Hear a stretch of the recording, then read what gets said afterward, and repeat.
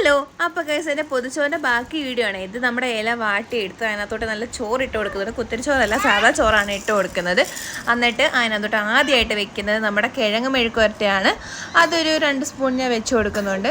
പിന്നെ നമ്മുടെ തൈര് സലാഡ്, പിന്നെ ചമ്മന്തി, പിന്നെ ലാസ്റ്റ് മുട്ട, ഇതെല്ലാം കൂടെ വെച്ച് കൊടുത്തിട്ട് നമ്മുടെ പൊതി നന്നായിട്ടൊന്ന് പൊതിഞ്ഞ് വയ്ക്കണം.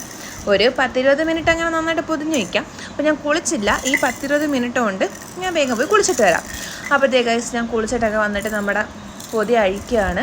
ഞാൻ കറക്റ്റ് 20 മിനിറ്റ് എടുത്തു കേട്ടോ കുളിക്കാൻ. അപ്പോൾ കുളിച്ചിട്ട് വന്നതേ പൊതി അഴിച്ച് കണ്ടോ ഗൈസ്, ഞാൻ നല്ല അടിപൊളിയായിട്ട് മണമൊന്നും വന്നില്ല, എന്നാലും കുഴപ്പമില്ല, ടേസ്റ്റ് ഉണ്ടായിരുന്നു.